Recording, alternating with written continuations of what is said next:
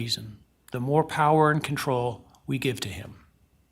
In my view, the time has now come to end Mr. Kohberger's 15 minutes of fame. It's time that he be consigned to the ignominy and isolation of perpetual incarceration.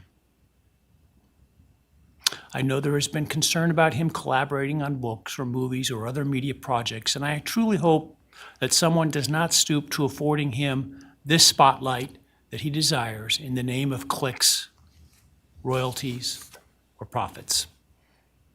While criminal behavioralists should study him away from the spotlight in an attempt to prevent other would-be killers from acting on their worst impulses, there should be no need for that to spill over into the public eye. And I recall in one case he said that the best he could come up with was the defendant had good penmanship. Truth be told, I'm unable to come up with anything redeeming about Mr. Kohberger because his grotesque acts of evil have buried and hidden anything that might have been good or intrinsically human about him. His actions have made him the worst of the worst.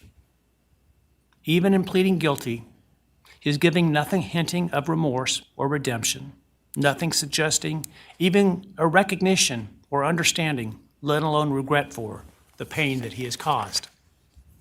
And therefore, I will not attempt to speak about him further, other than to simply sentence him so that he is forever removed from civilized society. And accordingly, based upon his conduct and based upon the record before this court, recognizing the standards that govern this court's sentencing decisions as set forth in State v. Toohill, I hereby sentence Mr. Kohberger as follows. On count 1, burglary, 10 years fixed, 0 years indeterminate. I also impose a fine of $50,000. Count 2, first-degree murder of Madison Mogen. I sentence the defendant to a fixed term of life imprisonment without the possibility of parole, a fine of $50,000, and a civil penalty of $5,000 payable to the family of the victim.